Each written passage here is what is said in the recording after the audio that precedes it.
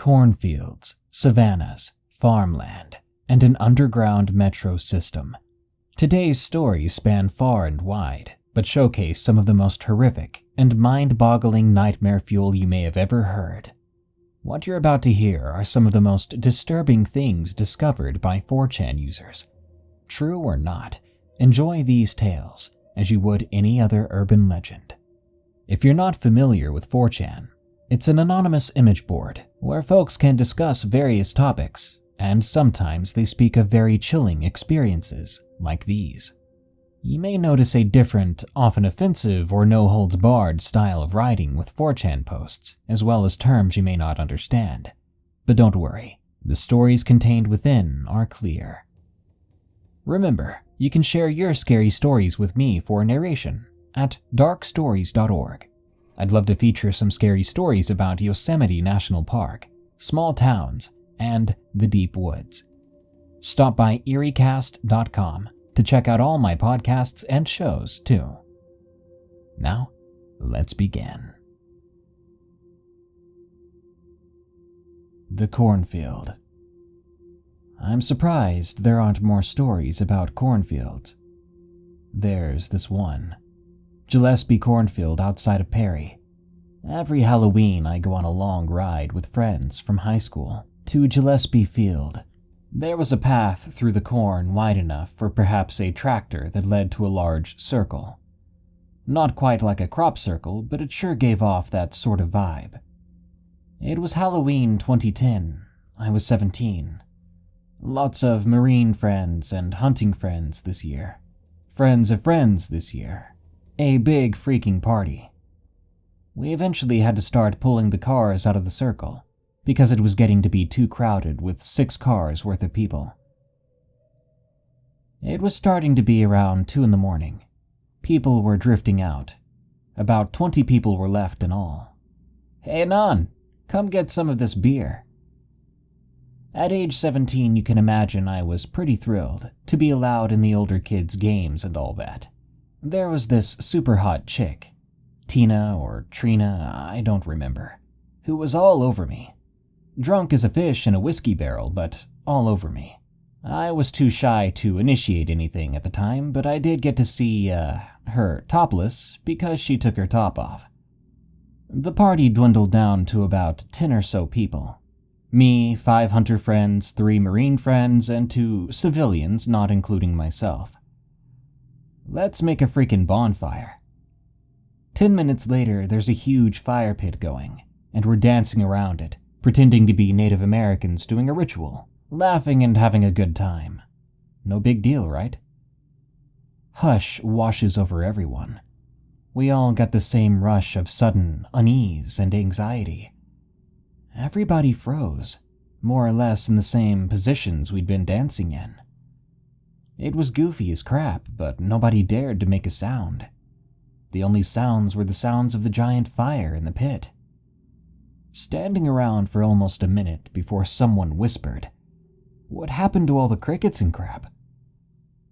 There was no wind, no crickets, no birds, nothing. So we stopped dancing, thoroughly put off, and my buddy Joseph, a hunter, goes, "Guys, I'm gonna go get my rifle." Murmur of agreement, the other hunters break off to go with Joseph and grab their crap. Mostly pistols and knives besides Joe. Marine buddies, Kate, Samuel, and Ed, sit down in what I can roughly describe as a perimeter of sorts, around me and the other no-training folks. At this point, we're too nervous and anxious to talk. We're barely breathing. There's not a noise, just the fire pit's crackling and a slight rustle in the calm. It's starting to get a little disconcerting. We sort of stuck close together and kept wide, worried eyes on the stalks. Kate says, "Something's not right." Mutual agreement, but no one can put a finger on it. Ed sucks in a breath and everyone jumps a bit and looks over at him. "If the wind is gone, what the heck is making the cornstalks rustle?" I swear to God, I nearly peed myself right there. We're all about 5 seconds and a sneeze away from needing a change of clothes when Joe comes back, white as a sheet and alone. Joe's pulling the bolt back on his rifle and sprinting back to the campfire circle. He tosses his pistol to Ed. "Joe, what the heck happened? You look like you saw Sam's mom." Joe sort of glares at Ed, then hisses, "Don't you freaking joke right now. There's something in the corn." What? "There's something in the corn. I'm not screwing around." Now, see around there were used to big dogs, large crows, even the occasional oversized cat. So everyone sort of gave Joe this slanty-eyed, "the heck are you talking about?" sort of look, like he's trying to freak everyone out. We keep trying to tell him to tell us where the others are. What happened to the other 4 he went off with? Says they stayed at the cars to protect them. Rustling in the corn, Joe immediately wheels and takes a shot. Right next to my ear. Joe, you jerk. Immediately, feelings of fear and anxiety intensify. Some sort of low whimpering noise is coming out of the corn now. Joe is gibbering like a freaking drunk, muttering incoherently. I'm about to take the rifle from him when I notice that he's got some sort of black slime smeared on his pant leg. Then, once again, I nearly crap myself, because what crawled out of the corn was not a dog, not in the strictest sense, I guess. It was shambling sort of awkwardly, with what looked to be a broken leg, maybe a dislocated shoulder. It looked like it had at some point in time been some sort of hound dog, a black or dark brown bloodhound. There was chicken wire wound around its neck like a noose, and it was coated in flies. There was black sludge dripping from its jowls and oozing out of a bullet hole near its right eye, which was itself drooling that same black crap like tears. Joe lost his mind at that point. Sam and I had to wrestle the rifle away from him. No more green text. It's hard for me to keep up. This crap still gives me the shakes. It kept shambling out of the corn towards us, wheezing and spitting that black crap onto the ground, the flies numerous enough that I could almost hear them buzzing from across the clearing. Joe was freaking losing his mind, collapsed on the ground, and was trying to go fetal as me and my Marine friends tried to haul him away. The dog just kept walking, and as it kept coming, it dragged something else out of the corn with it, attached to the chicken wire wound around its neck. It took me a second to piece it together in the light of the fire, but attached to the end of this morbid freaking umbilical cord was a beating heart, like a bear-sized, still bleeding, leaking heart, thumping away and leaking that black sludge crap. The flies were having a field day with it. The dog had no eyes for us. It was staring directly at the fire, like it was mesmerized or something.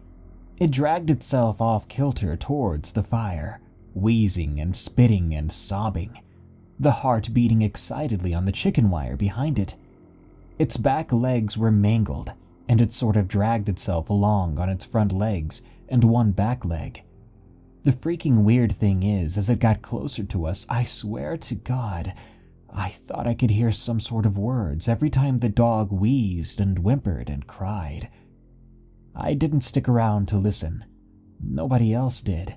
We grabbed Joe and freaking beat feet back to where the path to the cars was, making a wide berth around the dog and its cargo. Before I left, I had to watch. I'm pretty sure the others had the same feeling, because they weren't very far ahead of me when the show was over. I stopped and watched as it dragged itself, heaving and coughing closer to the fire. The flies didn't even veer away when it stuck its head in the flames. It burned like someone had tossed a tire in there. It stunk something fierce. I just had to watch, because the dog didn't stop moving when it had been engulfed by the pit.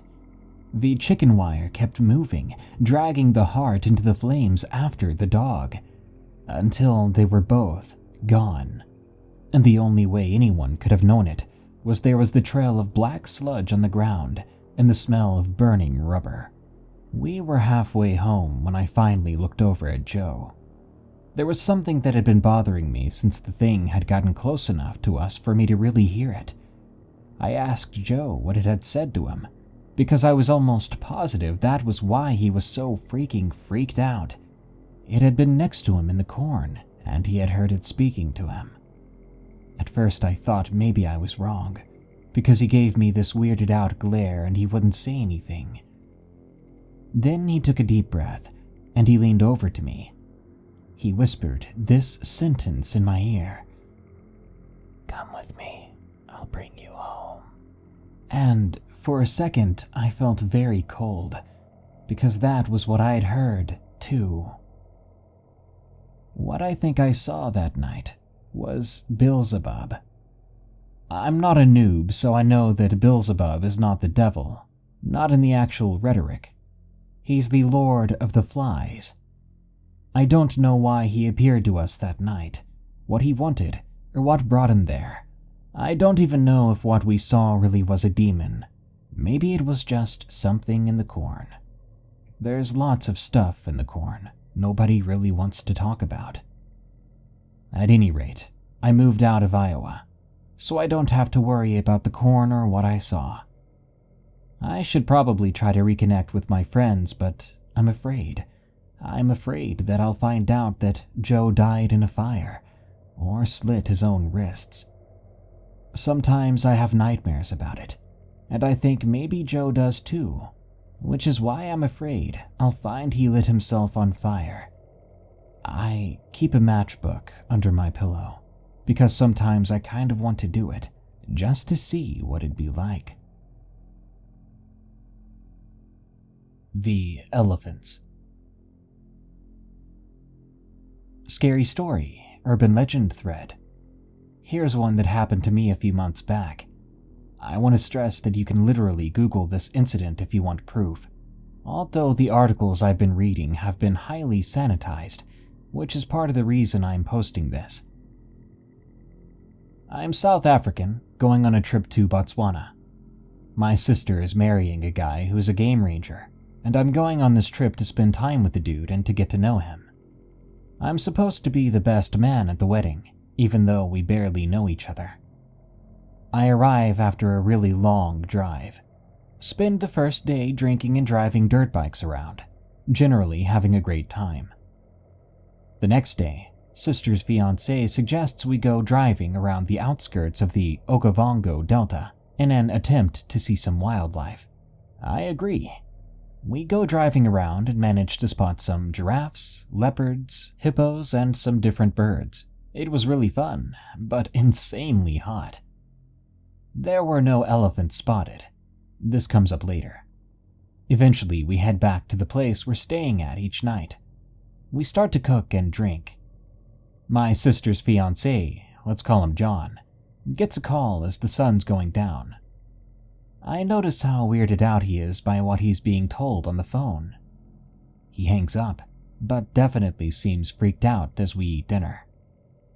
I ask what's up, but John just dismisses it. Says it's nothing serious. After dinner, we start drinking more and more. John begins to rant about his boss. That's who was on the phone with him. Says they found some dead elephants, and he wants John to go check it out.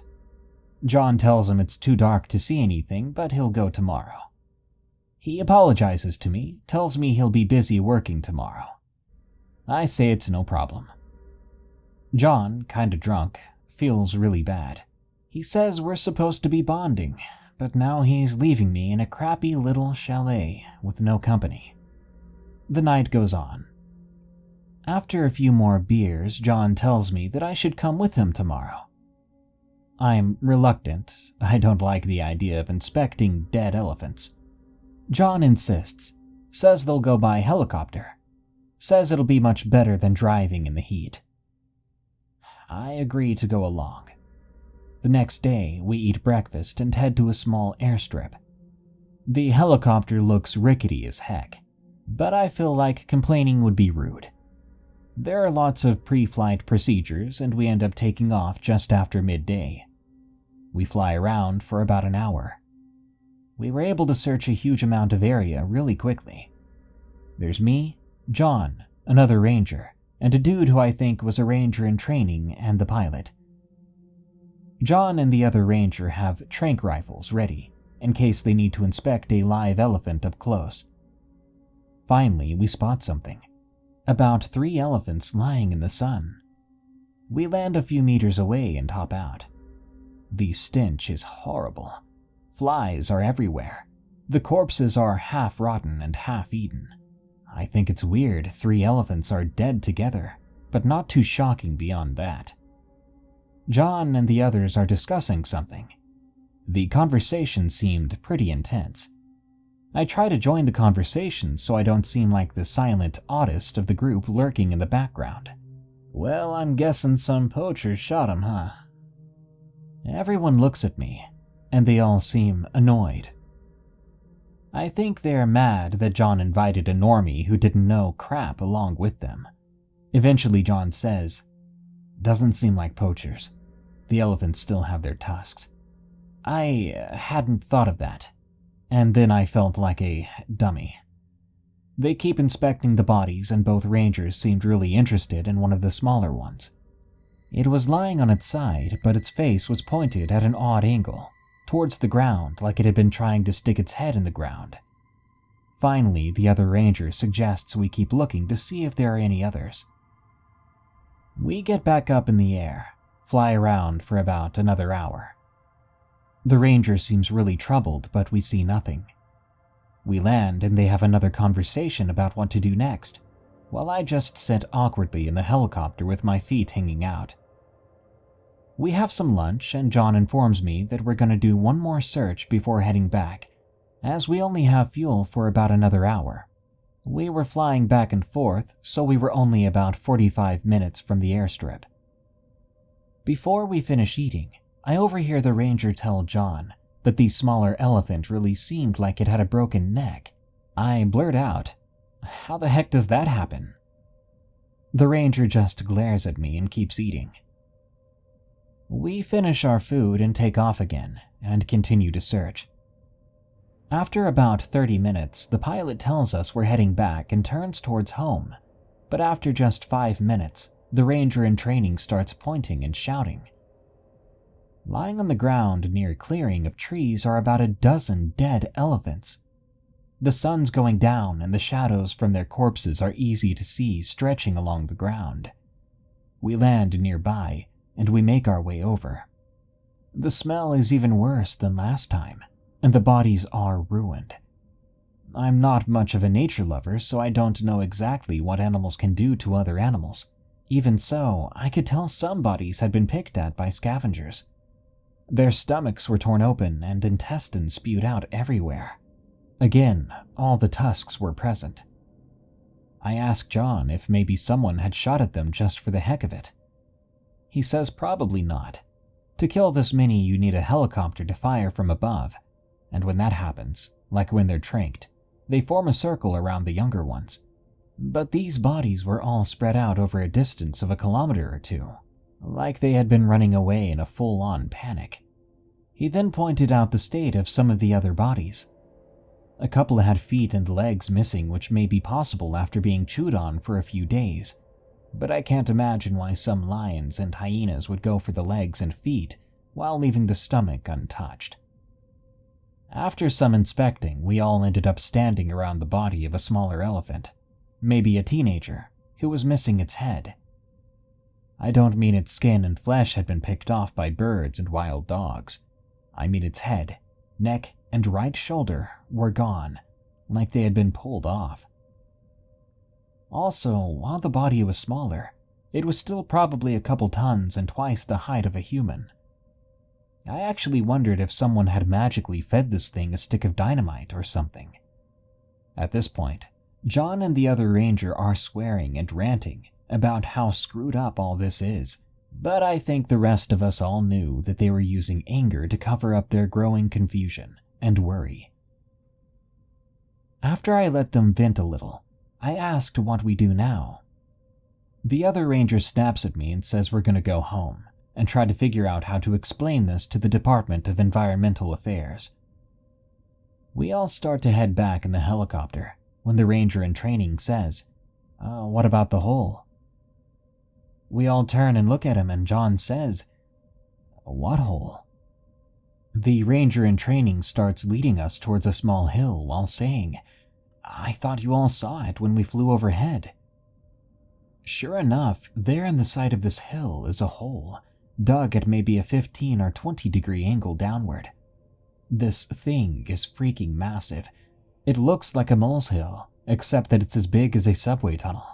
I ask John what I'm looking at, still thinking it's some sort of natural phenomena I've never heard about, but he just mumbles that he has no idea. Finally, the pilot asks if we're going in. What the heck?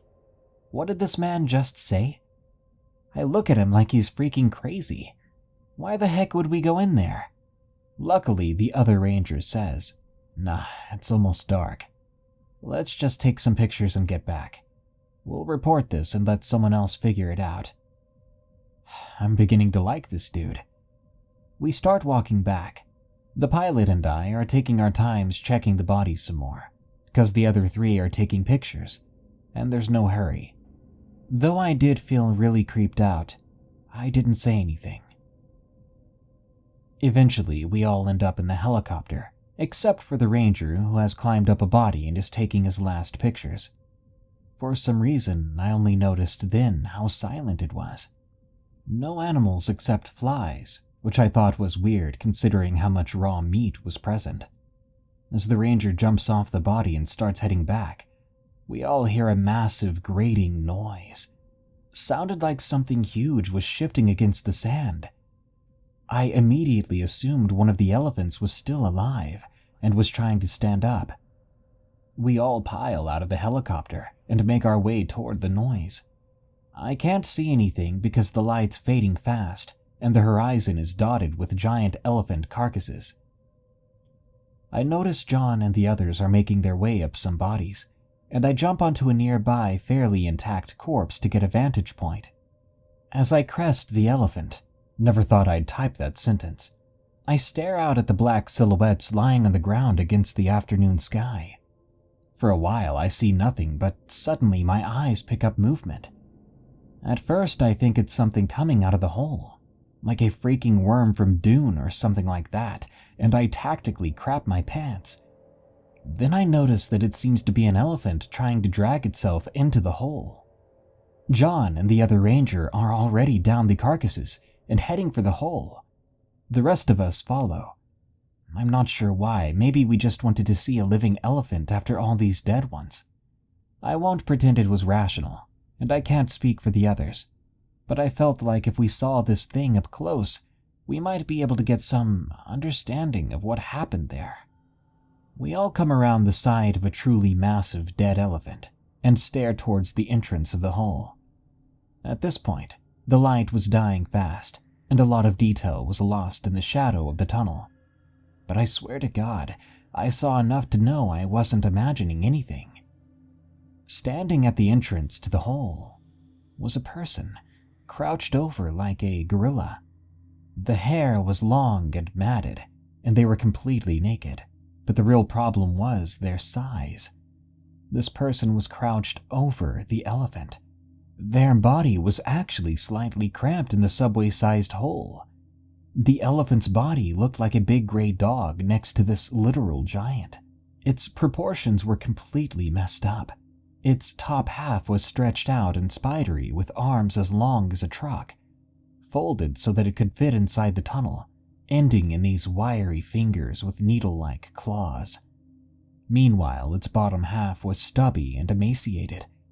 The thing's legs were human enough in appearance, though each was the size of a fully grown man, but they were so withered compared to the rest of it that they almost seemed vestigial. We came to see it just as it was getting back into the tunnel. What had seemed like an elephant crawling into the hole had actually been an elephant body being dragged by the leg into the earth.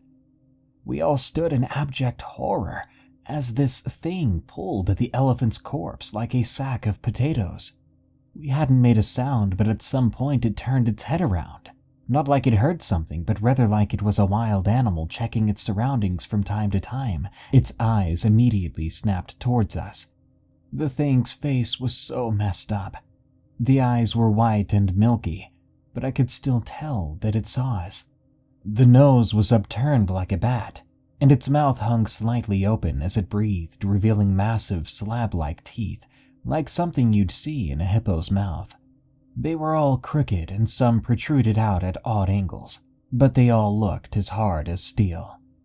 I could immediately imagine them tearing through the legs and heads of the bodies we had seen so far. The strangest part was the shape of its head. It seemed disfigured and bulbous, like a fetus's skull. It also bent in on one side more than the other. The best way I can describe it is like the lady from the painting on It, except wider and obviously far larger. The skin was veiny, and although its shoulders and back were covered in dirt, it was as white as a sheet, almost to the point of being translucent. The skin around its eyes had enough wrinkles to almost act like eyebrows, which gave it a very surprised, slightly confused look. After a split second of confusion, this thing's face contorts into a look of absolute rage. It lets out this awful freaking roar. Sounds almost like the scream of a deaf person, sort of low and monotone, but it's loud enough that my hands instinctively slam into my ears to try to block out the sound. We all start sprinting towards the helicopter, John shouting something, but my ears are ringing, and it's too muffled to make out. We all climb into the helicopter in complete terror. I strap myself in and look back toward the hole. The giant freaking monster is clawing its way towards us. It's clearly moving as fast as it can, but it's still pretty slow. Its back legs are dragging along limply, and it's only moving by clawing at the ground and elephant corpses. It moves like someone who's paralyzed from the waist down. We all just sit there petrified and stare at it, while the pilot starts the helicopter. I remember watching it grab at one of the larger elephants to try to use it as an anchor to pull itself along. The elephant corpse literally slid towards it, like a freaking elephant corpse wasn't heavy enough for it to use as a weight. The helicopter starts to lift off, and the thing reaches out for us. It's still a long way off, but it came a heck of a lot closer than I would have thought possible. Its whole body is probably longer than 2 school buses, placed end to end. The ranger fires his tranq gun at it, but I honestly didn't even see if it hit or not, although I'd be amazed if he missed that thing. We don't stay around. The pilot turns the helicopter towards home, and we shoot back faster than I thought possible. I think I heard another dull roar as we flew away, but my ears were still ringing too much to be certain. The rest of the night was a blur. I don't remember much of the conversations after we landed, but I wasn't content with being back at the chalet. I just felt like that thing was still crawling towards us in the night, and would eventually smash through the little wooden chalet I was in. I told John I was leaving right away, and drove for about 6 hours before pulling into a petrol station and falling asleep in my car. When I woke up the next morning, I kept driving until I got home. I got in the shower and just stood there under the water for about an hour. Eventually, I called John and we spoke for a while about everything that happened. Apparently, they had got a massive group together to go search the area, but when they arrived, they only found 8 bodies, and the hole had partially collapsed. Over the next few weeks, John told me about the attempts to track down whatever that thing was, but eventually they gave up, and some of the other rangers started to think that maybe we all just had a few too many beers and had come up with all this crap. Apparently, he had quite a few arguments over what happened that night. Elephant corpses keep showing up near those holes, but no one's willing to go walking into them to see what's inside. After another week or 2, John quit that job, and now he's working as a delivery man. You're probably wondering why you haven't heard about this. Well, you can find some stories about it, but most of them attribute the deaths to some kind of pandemic that spread through the population. You'll also notice that they omit most of the pictures. They'll only show you pictures of the more intact elephants so that you don't wonder how much massive creatures can get pulled limb from limb, and they'll never show you the holes dug in and out of the ground. Here's an article though, in case you're interested. The link to it will be in the description. The Heritage. My granddad told me stories once. Something terrified my mother's side for darn near 2 generations. Never hurt anyone, just really loved scaring the crap out of people and livestock.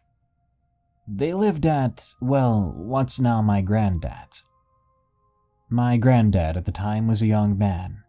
He was riding through the woods on little more than a horse and a buggy at night with my Uncle M. Comfy lantern, all that, just rolling along. They hear something moving behind the wagon. My uncle stops the wagon, and that something back there stops too. They look back. Whatever it is, it's outside the light. They don't see any eyes. They start moving again, and it starts moving too. They stop again, and it stops. They cock their shotguns. They start moving again, and it begins grinding and snapping its teeth back there. They hurry the horse back into the yard, and whatever it is stops at the tree line. This ties in a little later with one interesting detail, so bear with me. After that night, the animals start acting strange. They're out grazing during the day, free to roam.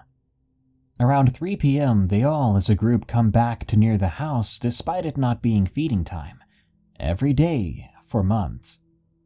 They seem nervous. They don't lose weight though. They don't become unhealthy despite the stress. They just leave the woods at a certain time every day for no reason at all. It seemed everything cleared out of the woods. Livestock, deer, coyotes, foxes, rabbits, everything scrammed.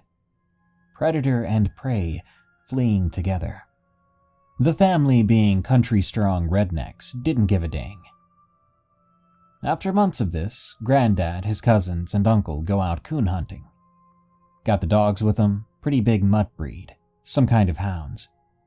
They're hunting for hours and don't find anything, dogs barking and sniffing around. Then, suddenly, the dogs stop and go full alert. The armed men stop and do the same, and the dogs suddenly just bolt. The men, deciding they're not going to one day be depicted as horror film characters, do the same. Then, they hear it behind them. Sounds like it's on 2 feet. It's not galloping, but running. They make it back to the house and run inside. "Ma, there's some weird crap going on out there." Silence. Everybody standing in the living room tense. Something slams onto the front deck, sounded like it jumped off the roof. Then there's a loud scratch down the side wall of the house, from side to side, like someone ran a knife down the boards, which are lapped over each other and not smooth. Everybody was WTFing. The animals in the barn began to go crazy. Now that the family's livelihood was threatened, everyone strapped up and goes outside and begins to creep up to the barn. The mules were so freaked out they break out of their stalls and kick the door down. They flee into the woods. They can hear something moving around in the rafters. Whatever it was, it had the high ground. Everybody aimed and waited. They hear a thud a good 20 feet away. And then, nothing. They go back inside, but don't really sleep. Daylight comes and they gather the scattered animals and investigate. They find a footprint. In my granddad's words, it was hooved like a cow but with claws like an eagle. There ain't no animal like it. It had 3 talons too. Now, it never actually hurt anyone. Nothing happened after that night until years later. My mother was a preteen. Poor family, shared a bedroom with brother upstairs. They had a bed next to the open window because they didn't have AC and it was summertime. They were sleeping one night. Something leans in through the window and breathes in their faces. They screamed and ran downstairs like their lives depended on it. My grandmother, 5 minutes before this, was dreaming. A figure I don't recall her describing said, "Wake up. It's about to happen." She wakes up, grabs and holds the screaming kids when they make it to her. There was other little stuff around that time. The porch swing would swing when there was no wind and nobody had touched it. You might hear your name being called, but no one called you. Little things. Later on, that house got struck by lightning and burned down. They rebuilt to his current house, and that was the last of it. But then maybe it was just a tweak to the timeline to ensure something. Maybe those stories somehow came up in a conversation on a date between my parents. Maybe that terror strengthened my people's faith. Maybe. Or maybe it was just for me and what I came to know.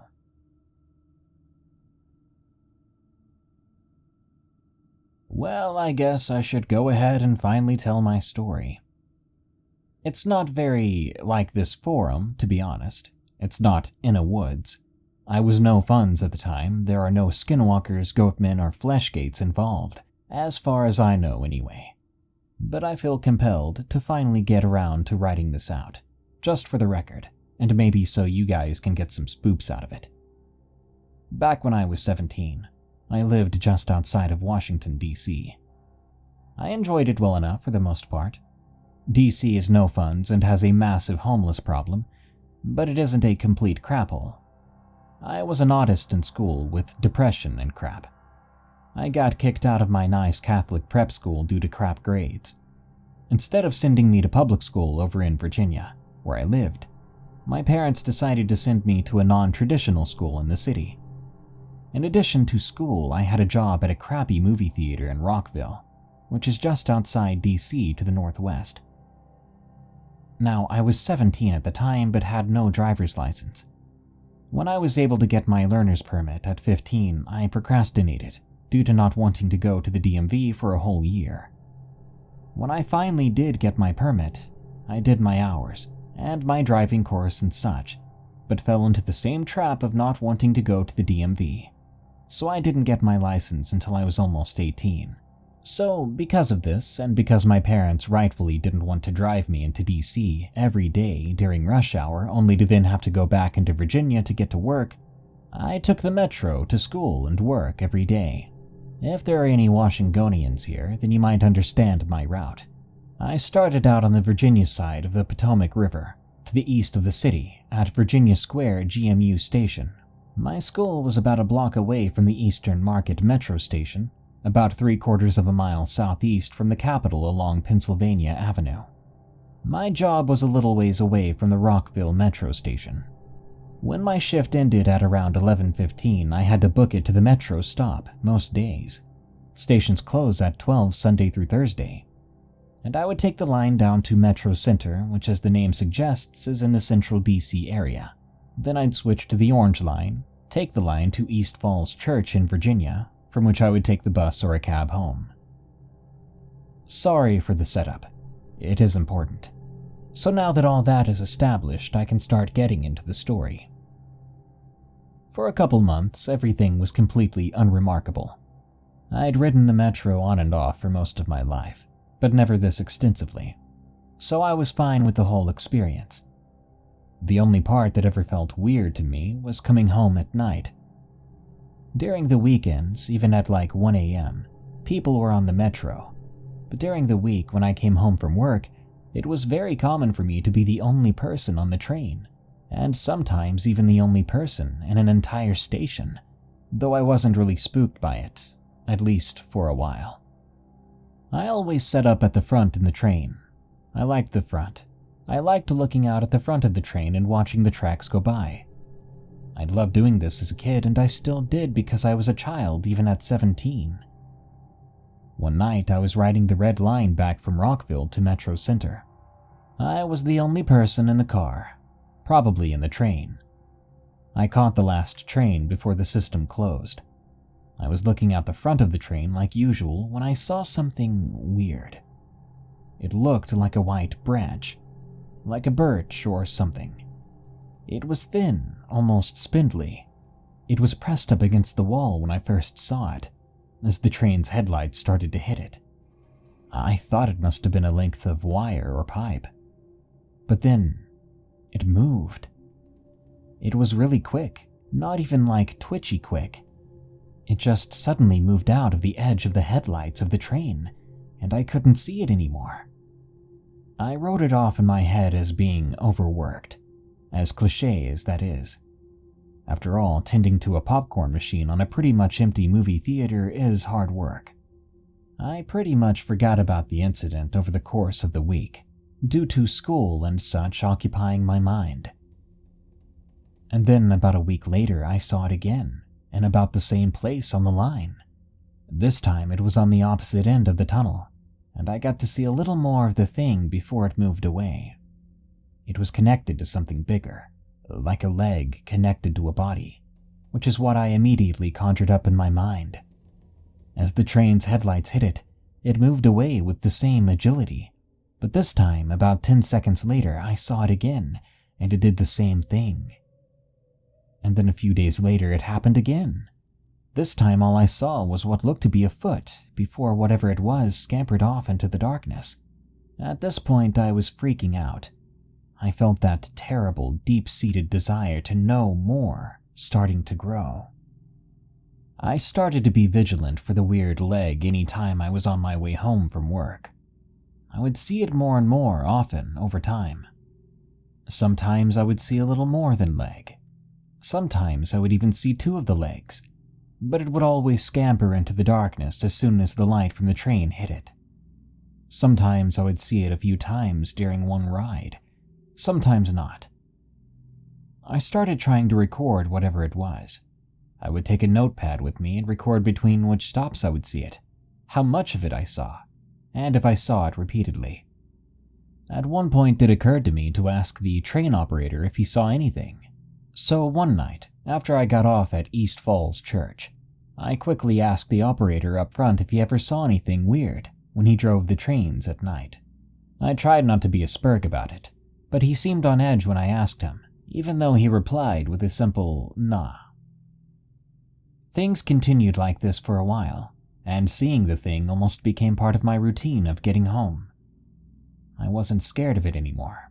Not really, since I was in a fast-moving metal missile, and the thing never seemed to be hostile or anything. Things just continued to go about the same path. Until one night, crap got real.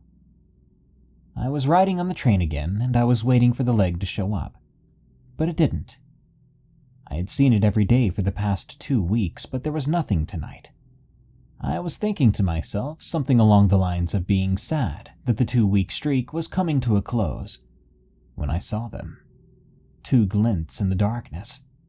My eyes at this point had gotten so used to spotting things in the dark, due to months of spotting this thing in addition to years of playing Twitch shooters, so I saw them there.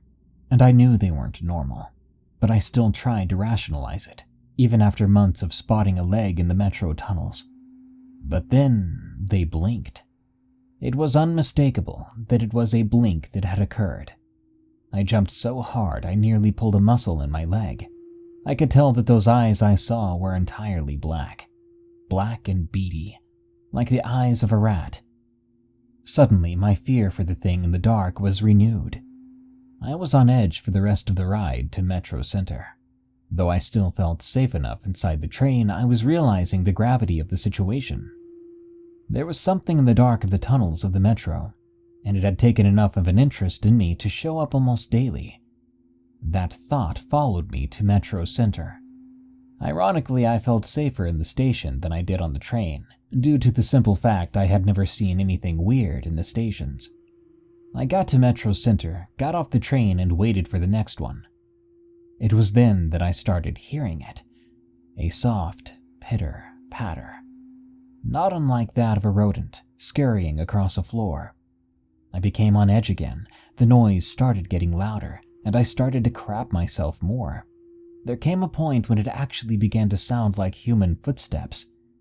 I said screw it to myself, and turned around toward the tunnel where my train had come from.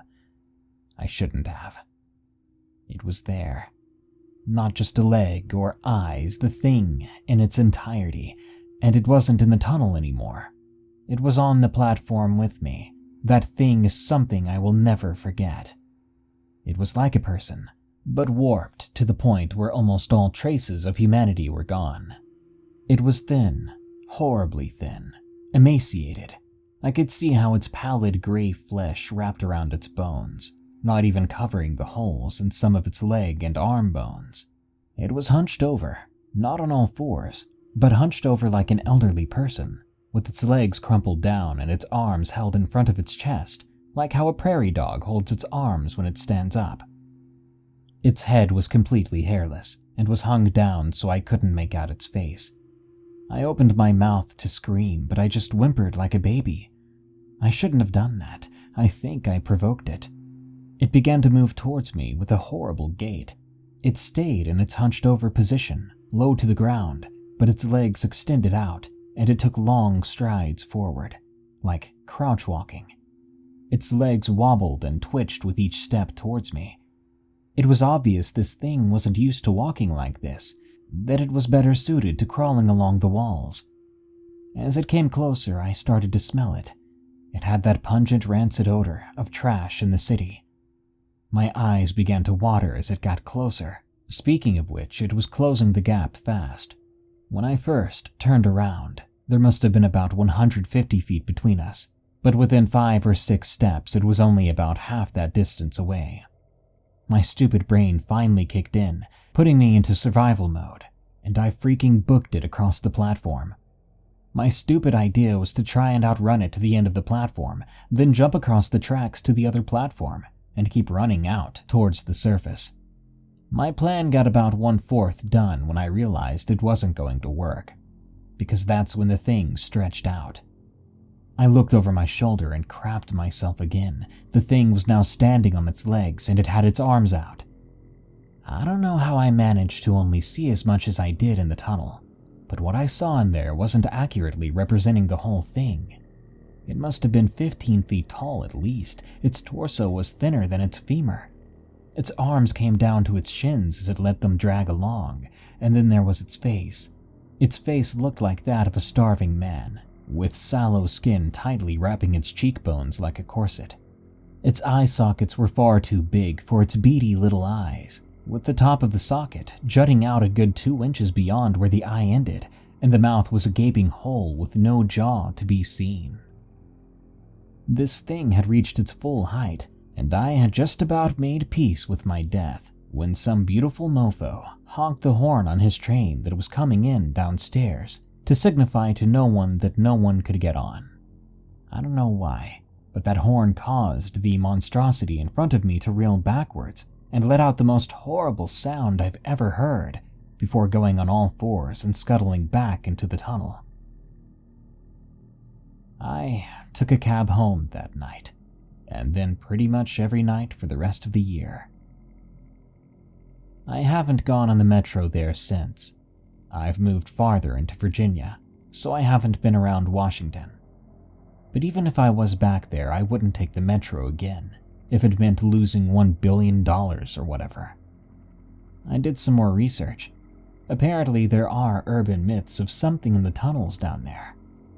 I also found out about a series of abandoned tunnels, just under DuPont Circle, the metro stop nearest to which I commonly saw the thing. And that's pretty much it.